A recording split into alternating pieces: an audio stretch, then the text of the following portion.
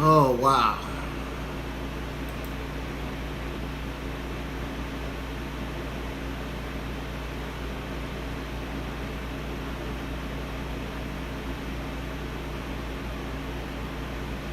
Look like it's only on YouTube. That's a shock. Like Facebook is, we are simulcasting on Facebook, Reality's Temple on Earth Internet Ministry, Facebook channel and its affiliates. We are on Reality's Temple on Earth YouTube channel, and we are also here on Angel Snup Nup 7 YouTube channel. I don't know if I'm going to be able to do this here.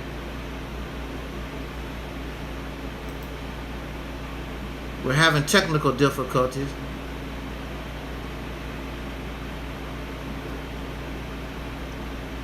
Technical difficulties beyond our control.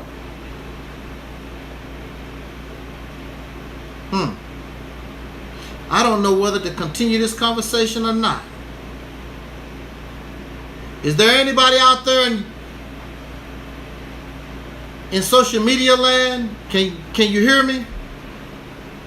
Because if you hear me, we'll go ahead and try this. Otherwise, I think I might have to go ahead and shut this down, because it seems as though we're having technical difficulties. And I'll try to come back later and do the broadcast. It might hold up long enough so I can say what I need to say real quick and get out of here.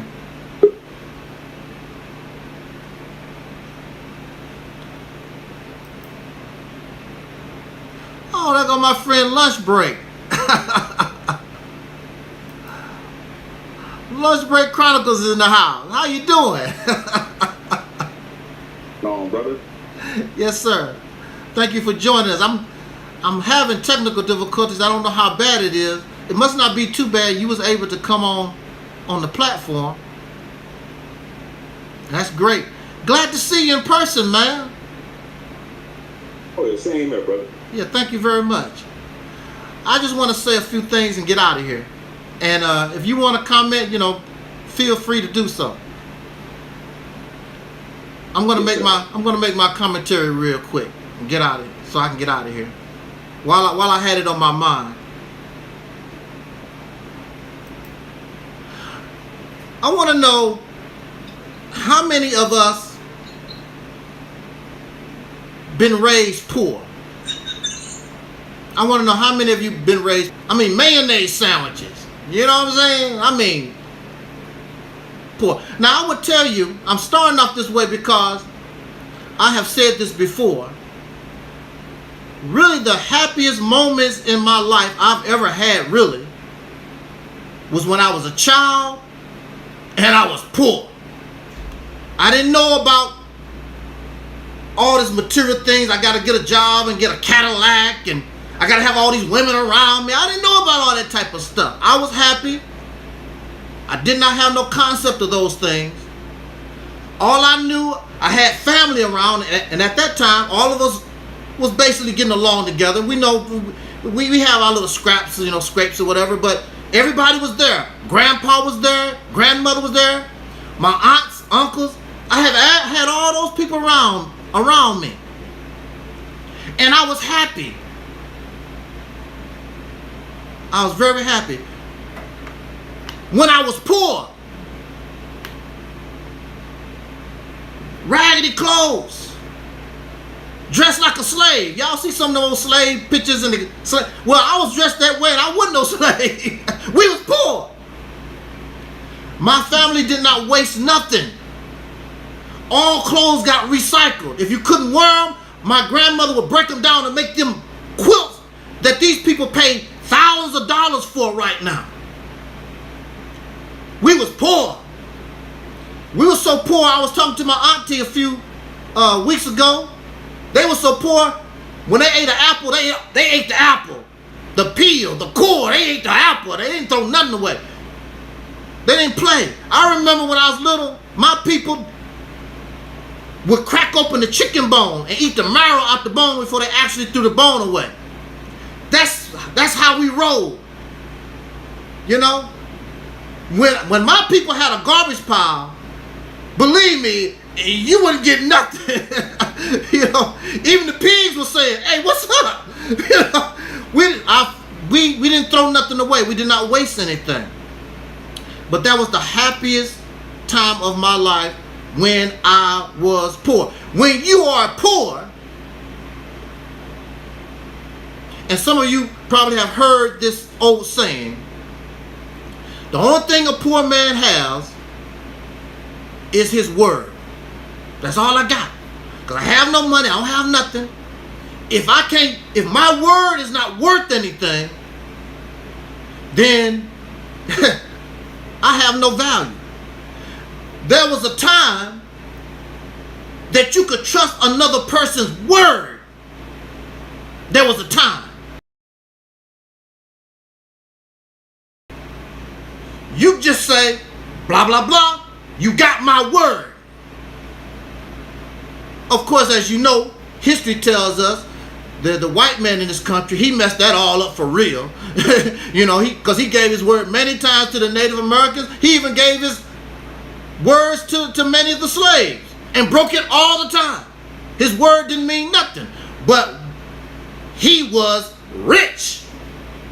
When you poor, I have nothing of value. If I'm not a man of my word, I have no value. So it seems as though the more material things that we get, the more things that we want, our word becomes nothing. Because there's nothing that should be more greater of value than a man and his word.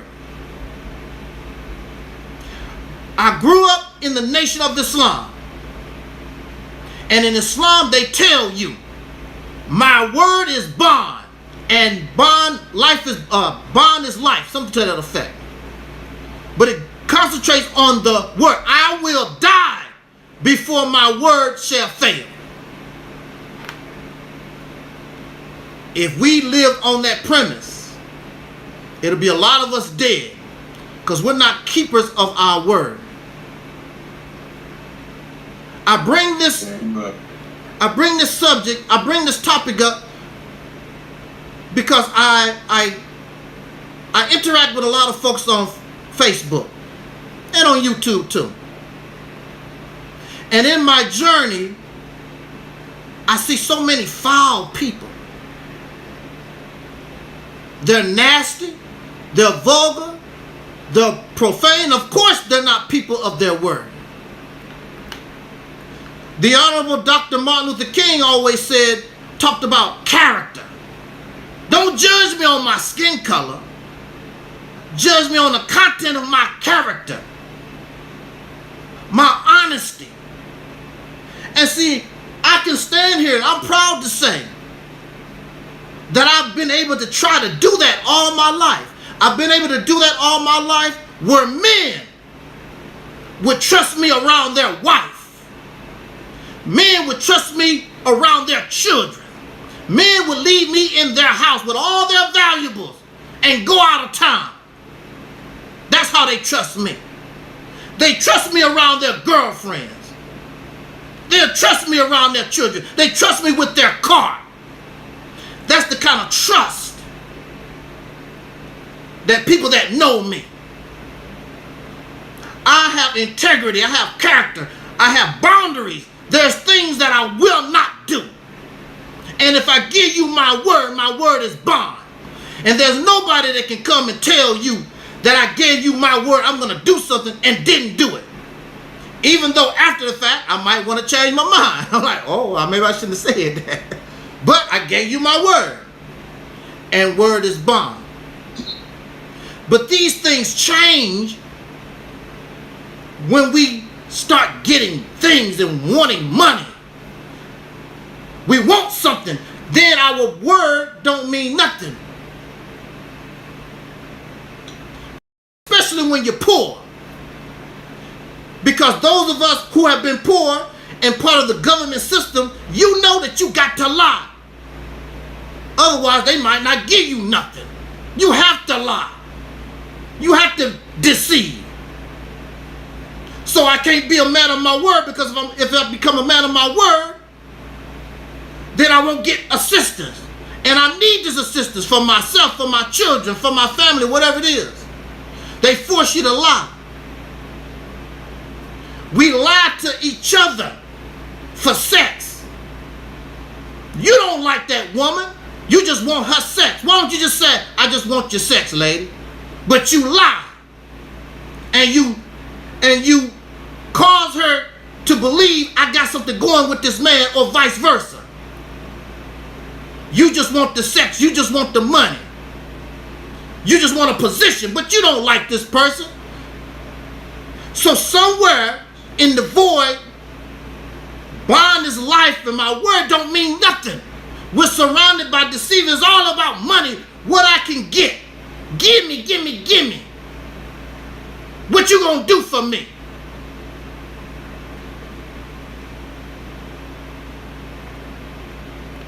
And we're caught up in this, the filth of this world.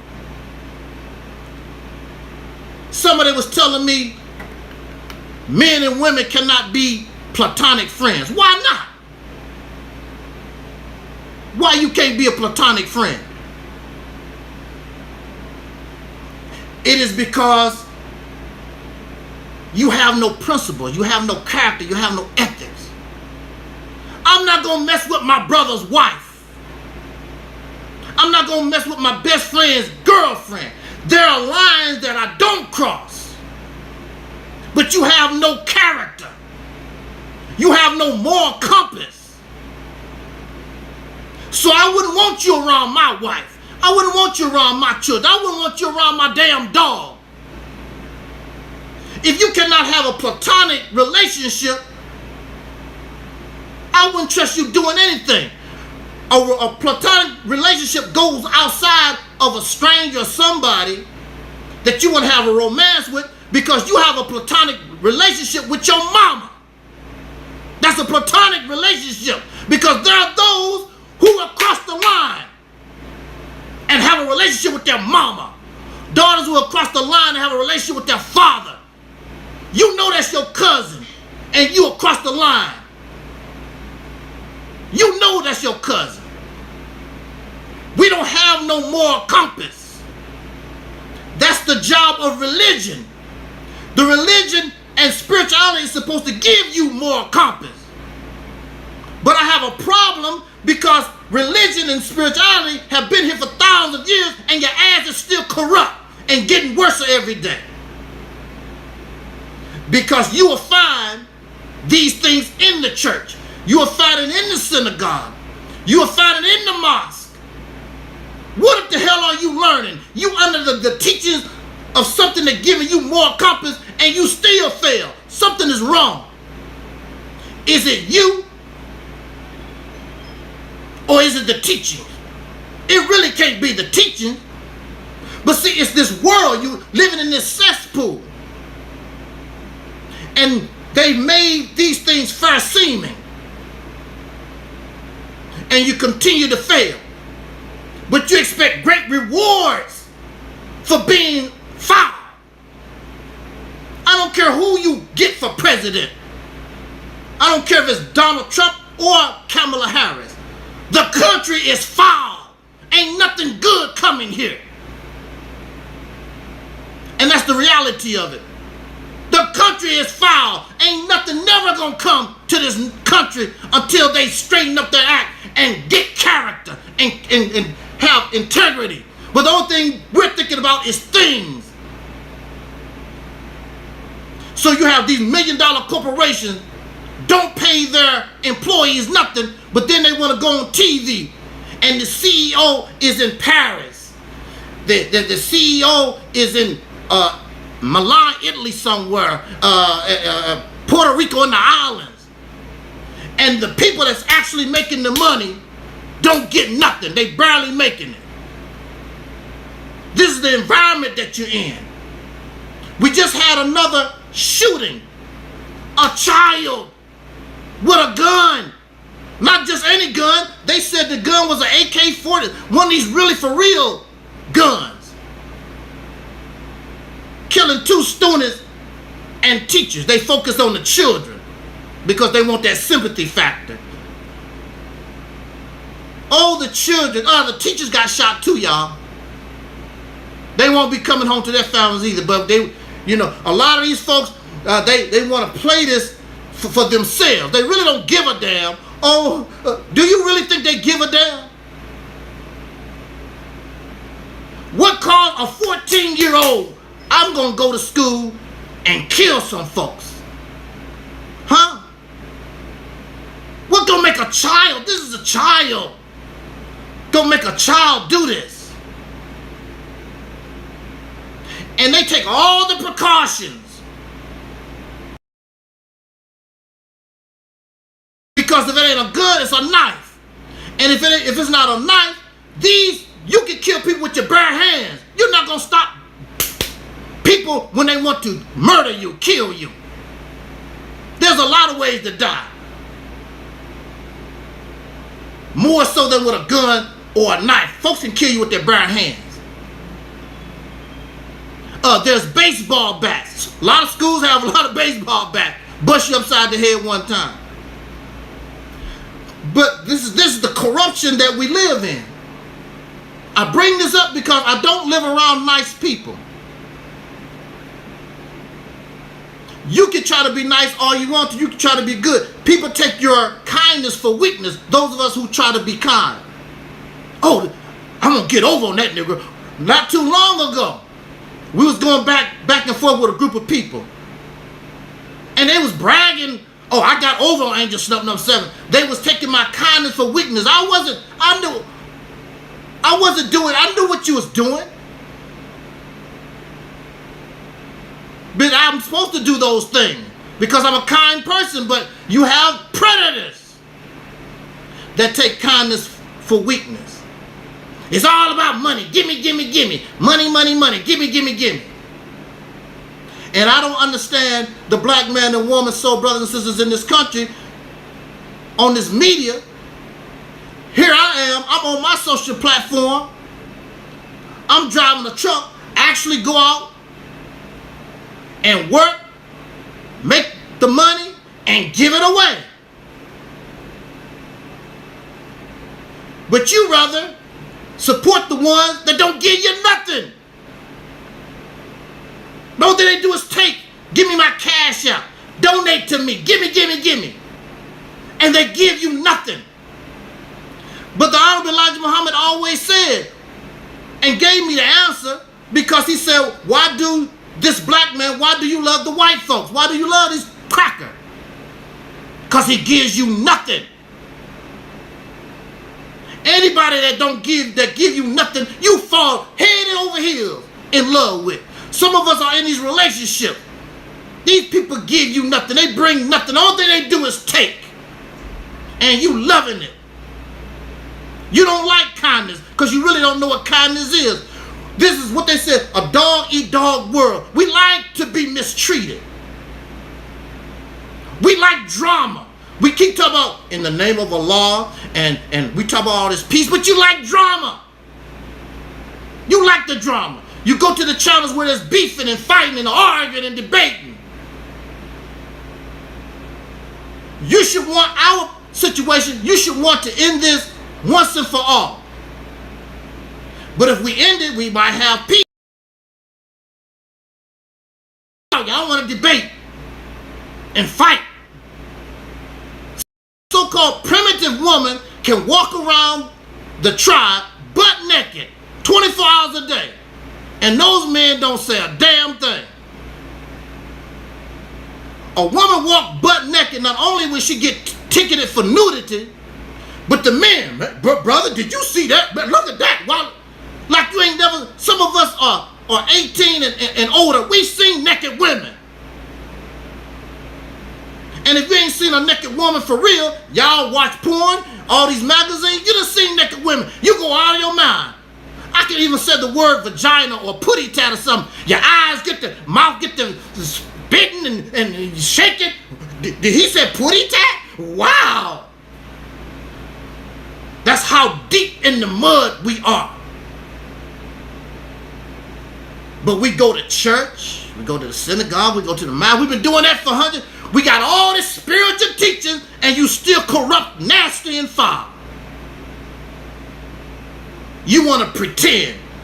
You want me to talk to you like you righteous. You're not righteous. You're foul. I don't care how many bow ties you wear. I don't care the gowns that you wear. These costumes. That's all it is. These costumes that we put on. I don't have to put on a costume. I've proven, and those who have been around me, I've proven myself. Because I'm not about that. All my life I've tried to be righteous. Coming up in the Christian Baptist church, I still wanted to be righteous because I was real about mine. When I was in the FOI, when I was in the Nation of Islam, I was a righteous person. I was with the MGT more than the FOI because I don't like being around them hard legs like that. And when I was around the MGT, none of them sisters had to worry about me messing with them. Because that's not what I was there for. We have no character. We have no content of character. We have no integrity. You have no moral compass. You have no discipline. And see, that was one of the purposes of fasting in Islam, is to show you how to have control. Y'all can fast and still nasty and dirty. You ain't learned nothing. It don't work.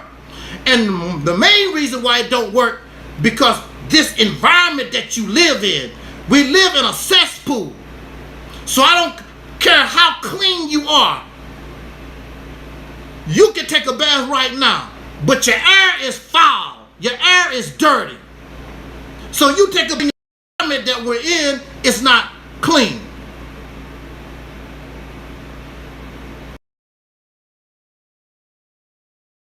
I say, and that's why I encourage us to change the environment. Having our little organizations or whatever, blah, blah, blah, that's not going to work. We have to create our own environment. Like when you go out in space, that's not the proper environment for us.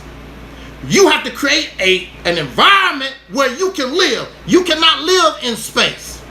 You have to create an environment where you can survive out in space. We cannot survive properly. We cannot reach our potential as brothers and sisters, as black men and women, as freedmen, foundation, whatever you want to call yourself. We cannot function properly as long as we are in this environment. That is why it is important that we must create the proper environment for us. Because we're caught up in this web with our oppressors. We have their mindset. We think like them. Even the black power folks. And you will even reference them all the time. Well, white man do this. And I don't care what the white man do. Why you got to reference him? Well, he do this. And I don't give a damn about him. That's why you're messed up now. Trying to copy and be like him. I don't want to be like him. I don't want to live like him. He want to be greedy and have 6 and 7 cars. You want to do the same thing. You want swimming pool movie stars. That's your idea of success too. My idea of success is a good relationship with the people in my neighborhood. That's success for me. When I was growing up, it was all about my family, about human beings. I had my grandmother, family around me, uncles and nieces and nephews. That's what was around me. And we was happy even though we was poor. Now you got the money and don't have no real friends because you scared they after your money. What a hellified, stressful life.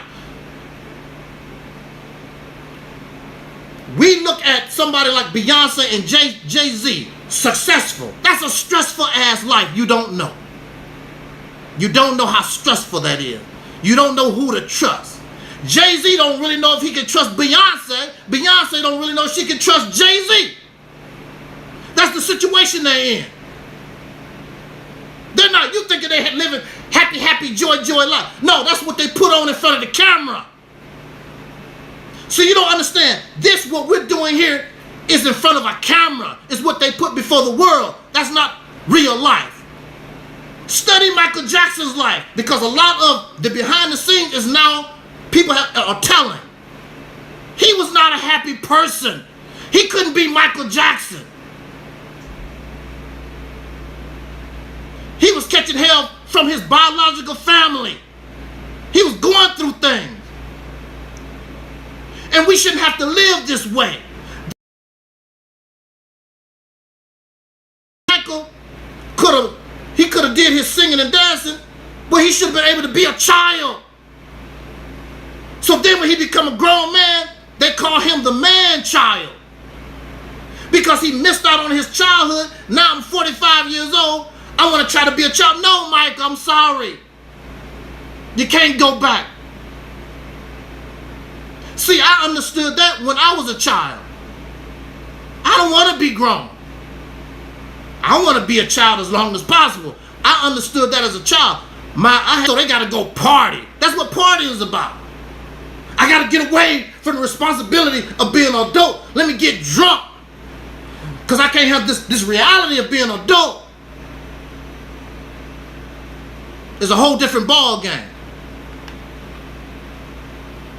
So I'm saying and telling us that we have to change the environment.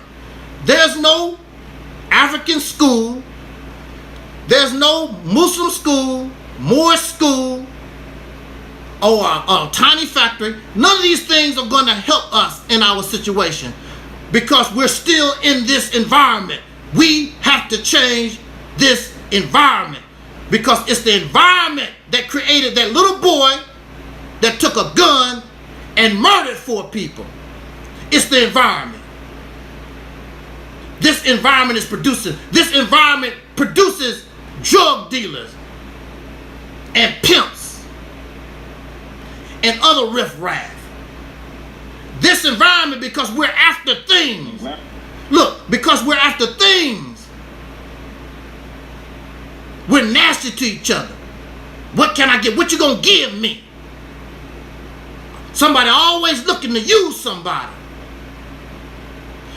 The situation that we're in, I remember when I first came to YouTube before, look, brother, when I first came to YouTube, before money got involved, many of the black YouTubers, we used to subscribe and support one another and share everybody's videos when I first came to YouTube. Whether we watched the videos or not, this is black YouTube. Hey, there go a black YouTuber. We share their videos. But then when the money got involved, now it's about me. And those people start getting these YouTube checks. See, YouTube, woo! White man is the devil. They said the white man's the devil. You try to argue and say, no, you got to.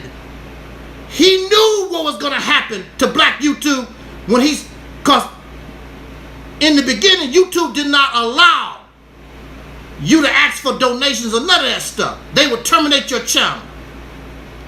But then they saw, look how the people change. Look what they do when we start giving them this money. And it destroyed. Man, I hope I can find some of the people was making incredible. It was all destroyed. Now here I am. Just recently, they flagged my channel and keep flagging me. I only have 10 subscribers. I only get 10 views. What the hell you messing with me for? They flagged my channel for a video, an old video. A stalker called me. And they flagged my channel because I cyber stalked the stalker. Man. That's what they done. And if you go to my community page, I posted the strike. And then I appeal rejected. But Google been messing with me ever since 2009. So this should make you wonder, why would a $1 billion corporation spend so much time harassing somebody with 10 views and 10 subscribers? For years. For years they've been doing this to me. It should make you wonder. Yeah, it should make you wonder. Now let me say this, and I want to give our brother a chance to speak. I want to talk about my recent interaction with emails with Dr. Umar Johnson. On Instagram, I saw how you can contact Dr. Umar Johnson. He has an email, and he also you can contact him by text, because you know he was trying to get some type of debate with D.L. Hughley, and D.L. Hughley is not going to debate that man. He's not going to. First of all, as you know, you're not on my level. You know. Now, if he thought Dr. Umar Johnson was on his level, there would probably be some kind of debate going on. But you're not on my level. But he pretended like he was going to give Dr. Umar Johnson a shot and made fun of his school. D.L. Hughley made fun of his school. Let's do it in the gymnasium at your school. And then he punked out. D.L. Hughley punked out. But I don't know why Dr. Umar Johnson would get angry about that, because he would do the same thing to me. I would ask him for a debate, and he would do the same, because you're not on my level. You're not on my level. So I don't know why these people get angry when you know you're dealing with somebody that's beyond your level. How you gonna get angry when you do the same thing? They do the same thing. But I contact Umar Johnson, and I asked him for, could he come here for an interview? And he already had this pre-made thing, and he wants $3,000 for a live stream. And personally, I don't want to hear him Pan-African stuff anyway. We don't do Pan-African. I don't want to hear him Pan-African stuff anyway. We don't do Pan-African. And Umar Johnson can do that, even though he's a Pan-African. I don't do Pepsi. But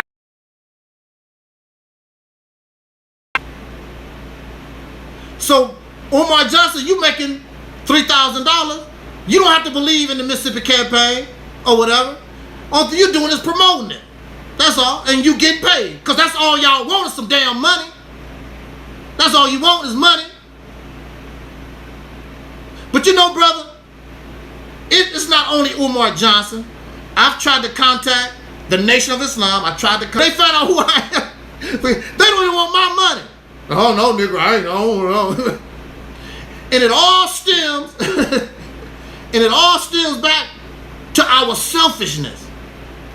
Because if I help this Negro, even though he paying me, he might take off. This might really get it going on. And that's where it all stems from. That's a damn shame. We're jealous and envious of each other. That's where it all stems from. Because a lot of them already know, and they listen to the video. I know Brother Ben have. They know what I'm presenting, but the Mississippi campaign has nothing to do with my personal view. It's no ideology, it's no religion, it's strictly political. It's not Republican. We can start our own political party if necessary, like our sister Fannie Lou Hamer did. But it's political. It has nothing to do with our personal wants. It's about putting our people in a better position, just like Brother Kaba said on that short excerpt, and he probably never heard of the Mississippi campaign, or Brother Charles Blow. The best way to do is to change the conditions. But see, what I'm saying is beyond what they're talking about, because I'm showing us how to do it. How to get that job done. We don't have a motherland. You can call Africa your motherland all you want to. If she's your motherland, how come she's not doing a damn thing for you? If I call my mother and I said, Mama, I need $5. Well, boy, you got me on the wrong. Let me go in my purse, see what I got. I don't know if I got $5. Let me see. Hold on. Now, that's my old comb from 1945. That's all. Mama gonna look and try to help her children. If Africa is our mother, why mama ain't helping us? Her children from the motherland coming over here, taking advantage of the things that our ancestors died for. And they ain't doing a damn thing for us. That's the reality, that's the truth. And that cannot be looked over. So we have to create our own motherland. We have to create a sanctuary state, a safe haven for ourselves. So when somebody do something to us, no matter where it is in this country, you're going to have to deal. We will organize, because we got a state that we can organize. We're going to deal with this. We don't have to have no Benjamin. A state has more power than being Crump and these ambulance chasers. Matter of fact, when they come to the state, we tell them what they can and cannot do, because we make the damn law that they must abide by. That's what I'm promoting. At an African school, Dr. Umar is not going to do anything for us like that. We're trying to control, we want to control a school system that's already in place. All that we got to do is make it what we want it to be. And give our children skills. Brother, I was watching a video about Japanese and Chinese children. They fixing cars. They making chef gourmet. They kindergartners. They sewing, making shoes. All kinds of stuff. They make adults look bad. Here we are, our kidneys. They painting with their fingers. You know, painting with their fingers. And they eating graham crackers and milk. You know, dumb stuff. The children, you're not teaching the children nothing. That's where our children should be. They should be doing some skills. They should be happy to do chores at home. Oh, you got them letting them play video. No, they need to put them to work. Even in nature, when a baby animal get to the point where they can help you going to work, they put them to work. And what is it that they say in the religion? An idle mind is the devil's workshop. Our children's minds is idle. So since they're idle, the only thing they can do is come up with nonsense and foolishness, devilishment. And you wonder why a 14-year-old child murder. And they play these violent video games. Killing, murdering. The cartoons is violent. Everything about America is violent. How are we going to talk about that 14-year-old child and we got Israel murdering I don't know how many Palestinians every day? On our news, nothing but death and destruction every day. Ain't nobody nice. The politicians ain't nice. Everybody trying to find dirt on everybody and lie and cheat and steal for things. And we don't want our own. We should want our own. So if Dr. Umar Johnson does that, that's what I would do with that $3,000. I will pay him out of my pocket to push this so folks will know. And I don't care whether they gravitated to it or not. I want them to know. Sir, all thing I do is sit back in the cut. See, if you had took control of a state. What's his name? The brother elder. I know him as, he goes by the name brother Dr. Kaba, but I remember him as Dr. Phil Valentine. He said that's the way to go. He said, I might not see that in my lifetime. That's the way to go. Take control of a state. But to take control of a state, you got to be unified. All this child. If you want what is in the best interest of the people. I'm not looking for myself. I'm looking at what is the best interest of the people and those who come behind me. So they'll be in a better place. Pass the baton to them, they can only make it better. But somebody got to get it off the ground. This country was started with 250 people. Half of them died. That's who created the United States. 250 some people. Half of them died in the blizzard. They turned to cannibalism until the Native Americans helped them. But it was only 250. Here we are 40 million and we can't even take control of a state that's already established. And then you want to tell me a black man is God. Get the hell out of my face. I don't want to hear that. What kind of God are you? With that said, brother, I want you to say something before we get out of here. It's good to see you. Our brother, Lunch Break, the Chronicle, in the house. Our Muslim brother. No, like you said, brother. I'm not here for no debate. I was just coming to see. Yes, sir. I seen thumbnail, and I wanted to see what you said, what Umar said about that $3,000. Yeah, I want to see too. I want to see too. I think that'll be a great thing. Though, man. Everything you're saying is right on. I mean, it's just like, I can just see it like from stuff like when I was a child. Yeah. Man. Like everything seems like it's backwards now. Like stuff that I was growing up that you didn't want to be. Now, like these kids of this generation, that's what they want to be. I remember like when I was a kid, nobody wanted to be a drug addict. Exactly. All these kids listening to you rap and talk about it being a damn drug addict. So it's just, but it all goes to, it's like there's no direction in the home anymore, and we don't, they have basically eliminated black father out of the house. So, so it's just, I just look at it, man, it's, destruction by design, I would say this. But, that's... Yeah, go ahead, brother. I was about to say, that's all I really have to say, but I agree with everything. I'm right in step with you. I agree with everything you were saying. Yes, sir. There's an old African proverb, and folks don't understand. The old African proverb that I remember, it said, it takes a village to raise a child. See, we're not a village.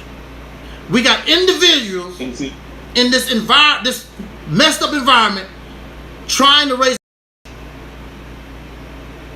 So when that child goes outside of your reach, out of your influence, what you gonna do? Exactly, and that's the thing. We don't have that community anymore. I remember, like when I was a kid, man, if you was down the street, you would be down the street, man, way out of your parents' reach and eyesight, ear, and everything. But that whole community was watching you. So that's right. If you did do something that was out of the way, hit it home. So and it's just like now, like people, like you really can't say anything to somebody's kid. Like you say something to somebody's kid, no man, somebody might end up dead. That's right. Because you can't, say, like you see a kid doing something wrong, you can't say that they're doing anything wrong. Because like a lot of these mothers don't want you saying anything to their children. That's right. So it's just, it's a crazy world, man. I'm just glad I don't have no youngers coming up right now where I'm having to raise kids, man, because this is a crazy world, man. Because I know I wouldn't be sending my kids to these schools or anything, because like when you look at it, man, there's nothing like anything that used to be safe, man. It's not safe. School not safe. The church not safe. You can't go to the movies. You can go to the hospital. All these places that had mad streets. That's right. So it's just like no place is safe anymore, man. And it's like, and it's, we getting back to the Wild Wild West where you're gonna have to be basically walking around here with a gun on your hip. You gonna tell even like to go to the store and halfway feel safe. Exactly. But we're supposed to be adults. Yeah. We're supposed to be adults, and that's the reason why I get on brothers so bad, because if the men's supposed to be the leaders, where are you leading us? Where are we going? What are you doing? You're Mr. Leader. And for the last... But you gotta... Go ahead. I said but you gotta also think too, man, it's like these guys that's coming up now, man, like especially these younger generations, it's how are they gonna be leaders, man, because, they never were shown how to lead. They've never shown how to be, because they never saw that image of a strong man in the household, being a leader of the family, being a leader of the community and stuff like that. They haven't seen that. So it's hard to even, you know, come down on a lot of these guys for, you know, a lot of the stuff that they do, because, you know, the stuff that, like, what they're doing is normal. I mean, because just like they say, man, everything is flip-flop now. Everything is opposite. You know, exactly. It's like, you know, being a drug addict is cool. You know, being a deadbeat dad is cool. You know, just being an overall degenerate is cool. And, you know, that's where we are as a country right now, and you know, as a world, basically, you know, that's where we at. And for us, but we got to find some kind of way, man, to get, you know, some strong male leadership, you know, back in our community, because. And then the other thing that's bad about it is, you know, to get a lot of the people that we have that people look at as strong leaders, they're just grifters and guys that's, you know, out for getting money. You know, like, you know, Dr. Umar, you know, you just start naming these guys, you know, all, you know, like, you know, oh, they got all this good information, but, you know, that good information, they'll tell you about that good information, but in the end, what it's all really doing is leading you somewhere to buy. These guys are selling something, they just, you know, they're just grifting, they're just getting over, you know, finding ways to, you know, make money off of their people. It's easy. Yeah, so I mean, Coach, okay, I can donate money to Dr. Umar Johnson for his purpose. So I'm gonna wait and see what Dr. Umar Johnson. I'm gonna donate money to you, sir, but it's for my purpose. Now, will you do that, sir? Because I understand that you'll take money for your purpose, you know, to promote Operation Exodus Mississippi campaign. That's for my purpose, which really is not my purpose. It's for our benefit. I think the people need those things. What's wrong with people being able to hear something else and let them make a decision on what they want to do? From listening to something new. 3,000 might not be enough for him, because the thing about it is he does have that reach where if he did promote the campaign, you know, it would get to a lot more eyes and ears. But I think what a guy like him would say is, like, you know, that would, like that would shoot you off, you know, because like, if your campaign gets in more people's, you know, in more people's minds, you know, more people see, because it makes sense. So, you know, so like $3,000 probably, you might get him 10,000, you know, if you tell him you want him to promote you. Well, I don't have no problem. Look, let me tell you something. It pop off, and folks, I mean, because see, if it pop off, folks support it, you'll get your $10,000. Because we need that for people to start talking. Well, actually, once people start talking, it'll start taking on life of its own. It's like an avalanche. You know how the little snowball rolls down? Once it start coming down here, that's what will happen. And actually, what I really believe, a lot of these folks actually fear the avalanche. They fear the avalanche. Because this Mississippi campaign proposal, what it offers and the benefits is well beyond anything. You can put what these folks got, you can put it all together in one. It won't be able to. It don't match. Plus they don't have no real plan. They keep trying to do stuff like they did in the 1930s, and this is 2024. Like we just said, this generation, these people are different. They don't even really care about no black nothing. They don't want to hear about the blackity black. What you talking about? I'm free. They don't want to hear that I'm a slave type thing in the white. They don't want to hear that stuff. They really don't. Unless you show them. Yeah, go ahead, bro. Unless you. They really don't. No, they don't. You know, anything he learned about, you know, our plight in this country is, you know, what he was taught at home. Exactly. Because they didn't teach that stuff in school. No. When he would go to school and talk about it with the teacher, you know, he would get in trouble for it. They don't want to hear that. I only knew about Dr. King. That's all they taught. They taught, like I remember, like I went to school, and I'm from Louisiana. I went to a school that was like 90% white, and they taught it there. I mean, you know, you learn more than about, you know, Dr. King. I mean, they even taught about Malcolm X and all that stuff when I was in high school. I remember I did a research paper on Malcolm X in high school.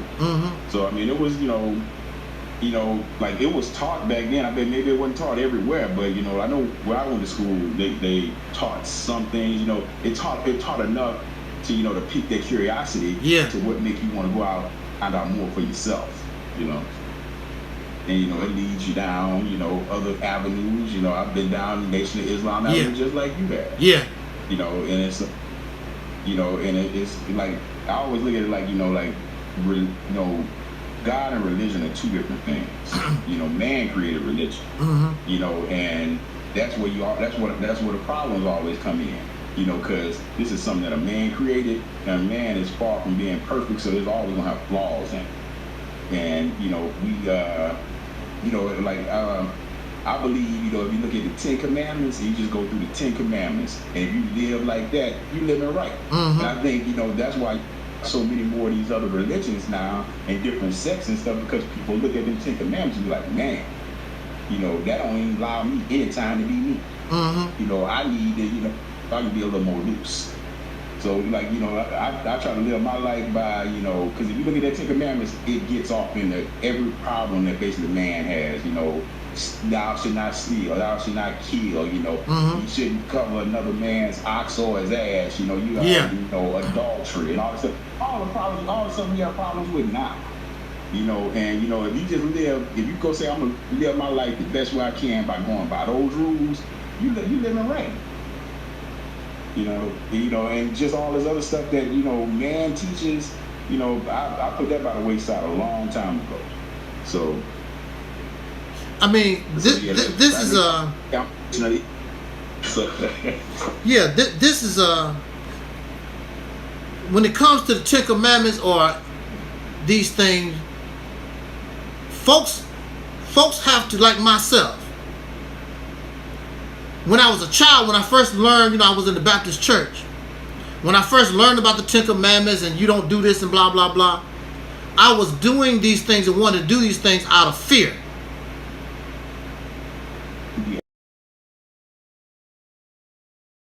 Where it wasn't fear. I understood that these things was good for me. And it wasn't for fear. A lot of folks do things and they will even tell you because I'm scared of God's punishment. No, I'm not doing this because of what God gonna. No, I do this because this is good for me. I don't care whether God like it or not. I do it because it's good for me. It's a benefit for me. See, if you're doing it for because out of fear, and if you do it for a reward, it's not sincere. And if you believe in God, then you understand that God know that you're not sincere. You're not sincere because you're only doing it because of fear, and you're only doing it because I want to go to heaven and get milk and honey. I want to go to the hereafter for 72 virgins, whatever they talk about. But you're not doing it for you.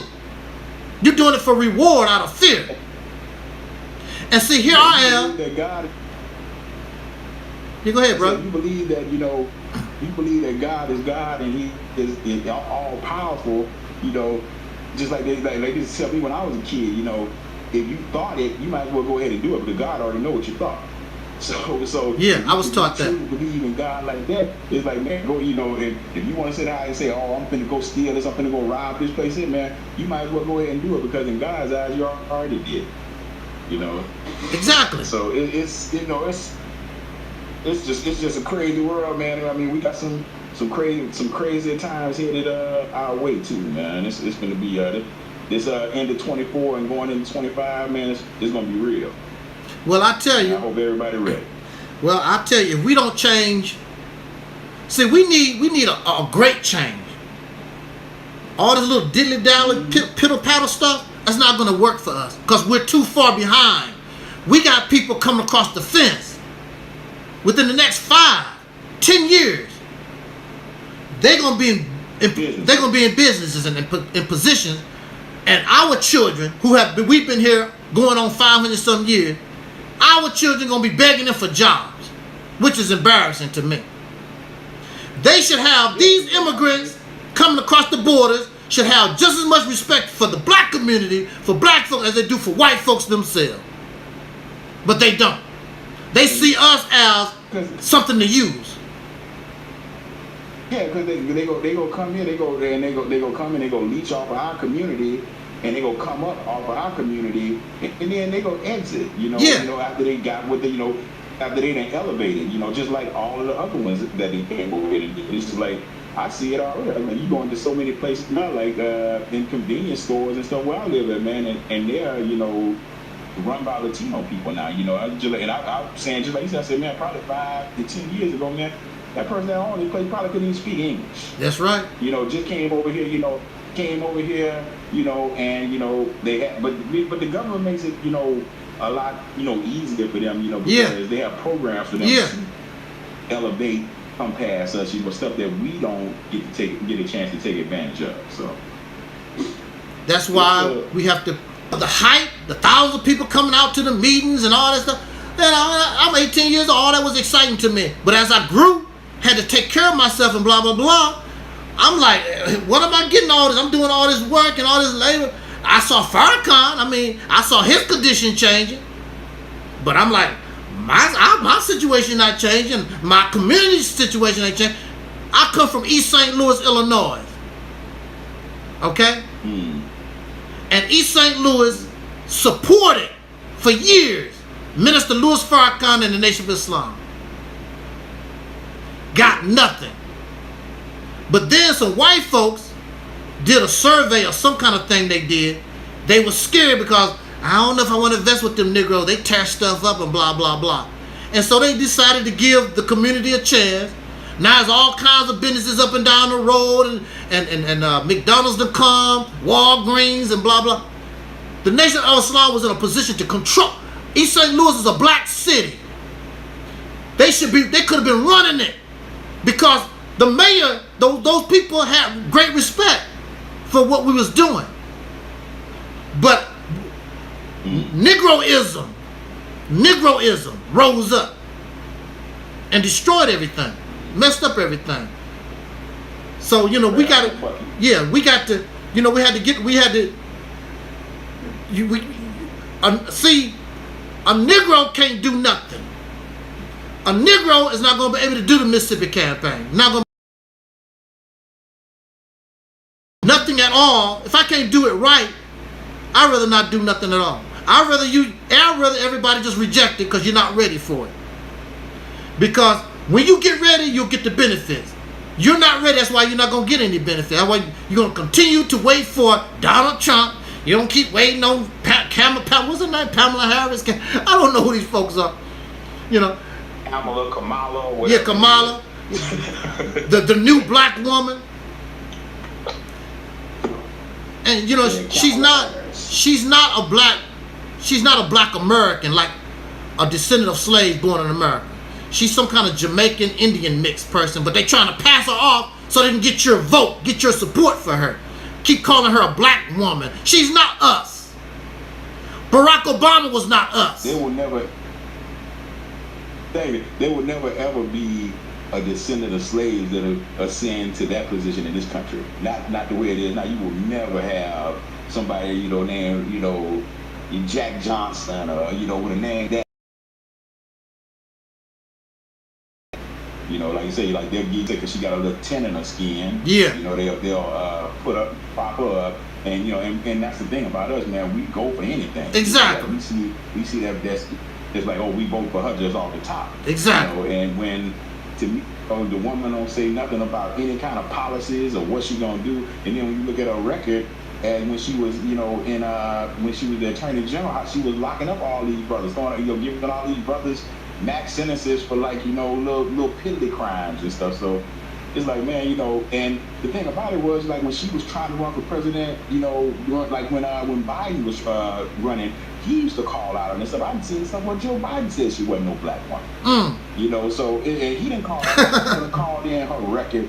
But now everybody wanna, forget that and say, oh, and you say, oh, you hating and all this stuff because you just want to vote for her for the color of skin, man. Exactly. No, I want to know what your policy is gonna be, and I want to know what's real. That skin color and all that stuff, that, man. Because for one, like I say, she ain't black, no. So exactly. They miss me with all. But I'm saying that you just should. invest in yourself. Invest in yourself. Use your brain and do your own thing.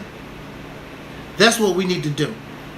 You know, if you can get help from the Republican Party, that's cool. If you can get it from the Democratic Party, that's cool. If you have to create your own, then that one must be done. That's why I say concentrate on one state, which would be Mississippi. Concentrate on one and get that under your belt. The rest of them be easy, because once you see what needs to be done and you can accomplish that, the others gonna follow, because people will be able to see, look what you done. Not only that, see, getting the state, controlling the state, that's really the easy part. Maintaining the state, taking it from a poverty-stricken state to a wealthy state, that's the work. But if you God, they say they God, brother. I'm God. Well, if you God, this is easy to do, because they say they God and they kings and all. Well, here this should be easy for you to do, unless you're a liar. You know, you put on this show. Prove it. And if you want to be a man, you pull this off. There's no doubt, because only men can do this. Only men can do this. And believe me, you'll get the respect. You'll get the respect that we should have had 100 years ago. And our children, these people, our children, through that example, will take it to the next step. They will create the promised land that Dr. King was talking about.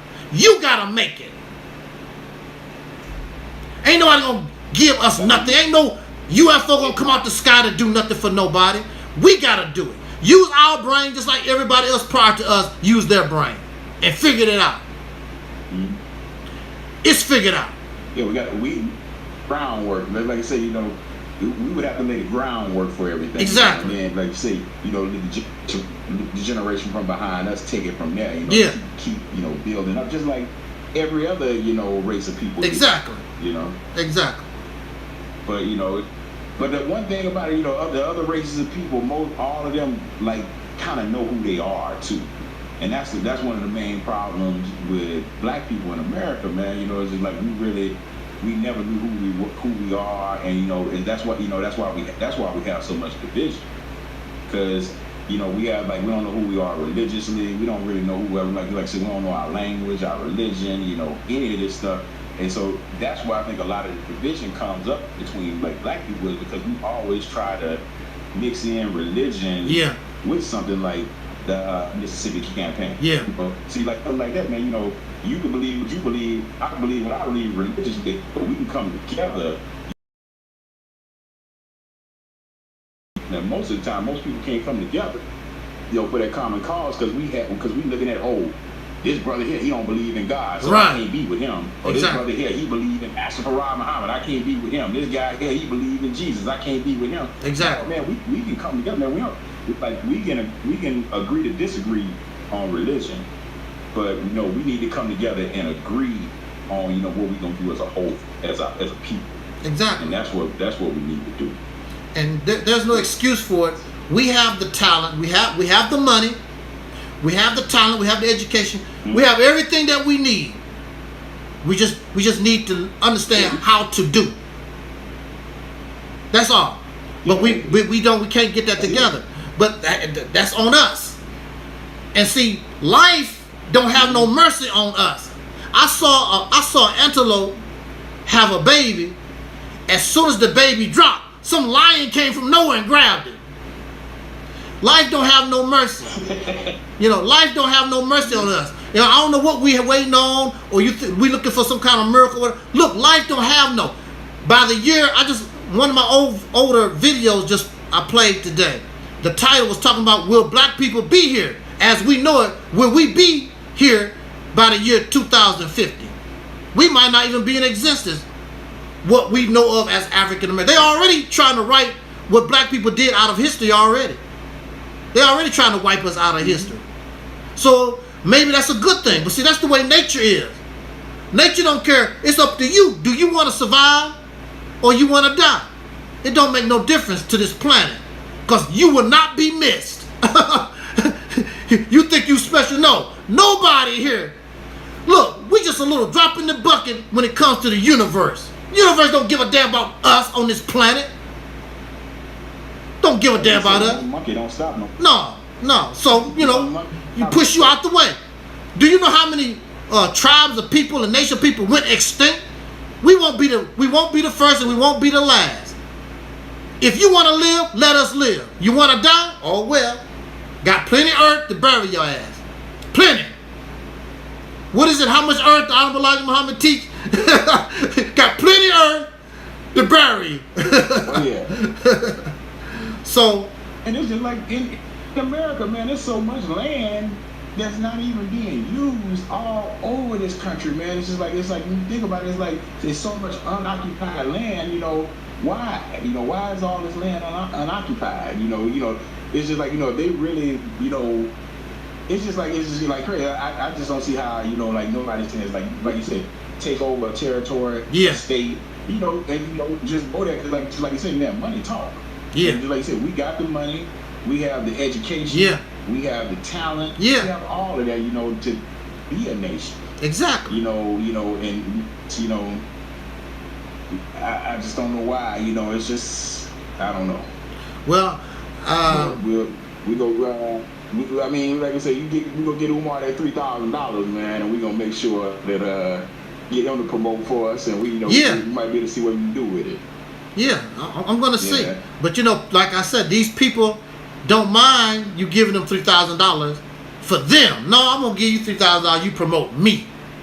It's different. They don't like that. He's not the only one I reached out. He's not the only one. I want to pay him for endorsement. I want you to endorse what I'm doing. Mm-hmm. Get out here and you see what this campaign is all about. You get out here and talk about it too. Yeah. And that's what you can. But we don't want to hear about this Garvey Academy. Exactly. Because we've been hearing about it a decade now, and it ain't open yet. No. So actually, that would be the Mississippi campaign would really be a good way for him to get up out of that and come to this because it would get the pressure off of that, because he could easily say we're looking and striving to get our own public school system that we can take. The system is already in place. Now you got a public school system that's already in place. Now you can revamp it and make it what you want it to be. The infrastructure is already there. It's already there. Everything. Yeah, see, that's the thing about a state. The infrastructure, the roads, everything is already here. You don't have to go to Africa. Everything is already here.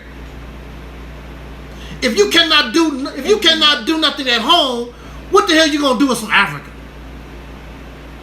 And the thing about it is, like, people always say that, like, go back to Africa. Where you gonna go in Africa? Like, we don't even know where we came from in Africa. So they ain't gonna let us come over there and take over, because they gonna run us from over there.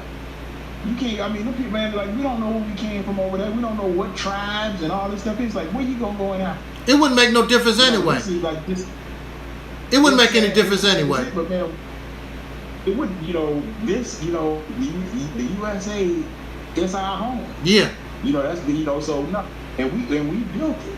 Exactly. So why should we have to go? We can make our stuff here and make things like the way we want it here, because this is where we're from. We don't know where we're from in Africa or where else. Like, as far as I know, my great grandfather, his father, and then everybody from behind them, they all were born here. Yeah. So I mean, and can't none of them tell me where they came from in Africa. So this is home. Exactly. This is all I know. This is what I'm going to work with. And the thing about the Mississippi campaign also is you put yourself in a position to actually have a relationship with Africa. You put yourself in a power position. You can't do nothing with no Africa. When you go to Africa, you're nothing but a tourist. That's all you are. Mm-hmm. The only thing you can do is give them some tourist dollars. Yeah. But as a state, any of these states can have business, as long as they're not a so-called enemy of the United States. You can have business relationship with anybody around the world. These governors do that. They bring different businesses and all over the different mess with other countries. And we can do the same thing. And clean up that waste in Mississippi, and clean it up and get together and clean up and make it show our power, show that you are God, show that we are men.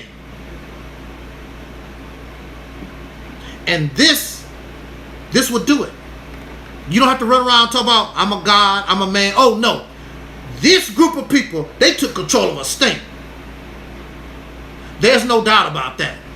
There's no arguing or whatever. Look what these people did. And our ancestors would be so proud. They were like, wow, they bad. Because that's whose shoulders that we stand on. You had some brothers, the New Africa movement tried it back in the day. They had the, it was, I think it was a 4-state plan. It was like down, but it was all down south. Yeah. Louisiana, Mississippi, all that, but they tried to do, stuff with guns and all that stuff. Yeah, you can't do it that way. No. We're not in no position. Plus, these folks, they wouldn't do what they want to. They scary anyway. They wouldn't try to do nothing. I said, if there's 40 million of us and it took 1 million or 2 million of us to die to get where we need to be, then we should do that. But who gonna do it? Who gonna be the one to die? I even heard of Tariq Nasheed was like, I ain't gonna be no leader. Get me shot up like Dr. King. See, so why are these people listening to these folks like that? They're not willing to. They're out for themselves. So he could take his wife to Brazil and watch them naked Brazilian women with the thong walk up and down the street. Taalik is the ultimate hustler. Like I respect this hustle. Yeah. He bounced around. Most people get mad at him because they want to say, he's a Pan-Africanist and all that stuff. But no, he's a businessman. Yeah. So he sees a way, to make some movies and put out some books and stuff like that, to make some money. But you never really heard Taalik really claim a lot of that stuff that it's just him providing that information to people. Yeah. And that's a way for him to make money. But a lot of new people hustle. because they look at his past. Because he wrote the books about being a player and all that stuff. This guy's just a hustler, man. He figures out, gets in a lane, figures out a way to make that money, and that's what he do. So I've never been mad at him, about, the hidden color stuff or anything like that, because I understand it's a hustle for him. That's the way he makes money. That's the way he takes care of his family. Yeah. So, but I never looked at him and, they say, don't, this guy's a black leader, because that's not what he is. And he'll tell you, just like you said, he'll tell you that. Yeah, he said that. Black leader. Also, when ain't he some kind of ordained Christian pastor or something? I think he's some kind of ordained. I don't know. He's a hustler. Whatever I can do to make this hustle. That's a brother that's gonna figure out a way to make $1. Exactly, and that's what a lot of these folks on YouTube have done. That's what a lot of them have done. They found a way to make $1, because a lot of people are sincere in what they sincere, but that's entertainment.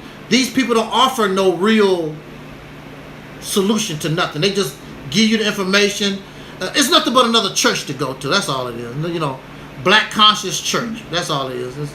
It's nothing revolutionary about it or anything. It's just a way. It's just a new hustle for people. And us as black people, man, that's what we've always done, man. We worship personality. Personality. If you can come out, man, if you got a slick tongue and got a good look to yourself and all that stuff, it's easy, man. Just like that, man. People will flock to you just because you can talk and you got a good personality, you got some charisma about yourself. Yeah. That'll make people follow you. Yeah. And it's just, that's what we are. We, like we don't ever look at it and say, man, like let's say this person has some real substance. What they're talking about, what's coming from their heart, what's coming from their mind. But it's just like if you can get up there and talk, and and just say the word so beautifully. Like a lot of times, like the truth is the most unpopular thing around. Exactly. And nobody wants that. Nobody wants, because the truth is real. Yeah. And nobody really wants reality, because they don't want reality. Yeah. Because when you have to look at reality, then you have to face them real facts. Exactly. And nobody really wants to face them. That's right. That's right. And that's all it is too. Exactly. Yeah. But I'm glad, man, I got to talk, man. Yes, sir. Up with you today, oh, yeah. I'm glad. Surprise, surprise, surprise. Oh, yeah. This is much different than talking to a, avatar in the chat room. Yeah. Much better. On my boy today. Everybody give this brother a round of applause. I'm glad to see him. He's been in the chat room for the longest, and he came out the clouds. And yeah, I would say, and I wanted to see that I was real. Yeah. Man, let me see. I ain't no like that, man. I'm just real, But I support what you're doing, man. Yes, sir. Like whenever I can catch you live and all that stuff, and even I can't catch you live, man. I watch the replays of your video. Yes, sir. So I thank you. I appreciate it. Yeah. I appreciate it. Thank you too, bro. Yeah, we out of here. I'm gonna get up here because Yes, sir. Thank you for joining us. Peace. And we're out of here, everybody. Thank you for joining us. We're gonna do that just like I just want to say that we're simulcasting on. This is Angel Snup Facebook. We also simulcasting on Reality's Temple on Earth YouTube channel. And thank you, everybody. Until the next spontaneous broadcast, thank you, Brother Lunch Break, for joining us. And as our brother Duncan Ellis used to always say, as in parting, we wish you love, peace, and soul. And we are already 5,000. Also, happy birthday to my girl, Terry Ellis. This is her birthday today. She's 61. We all part of the Old Geezers Club. Happy birthday to Terry Ellis, EnVogue. She's 61. Shout out to our EnVogue sisters. And we already 5,000, y'all.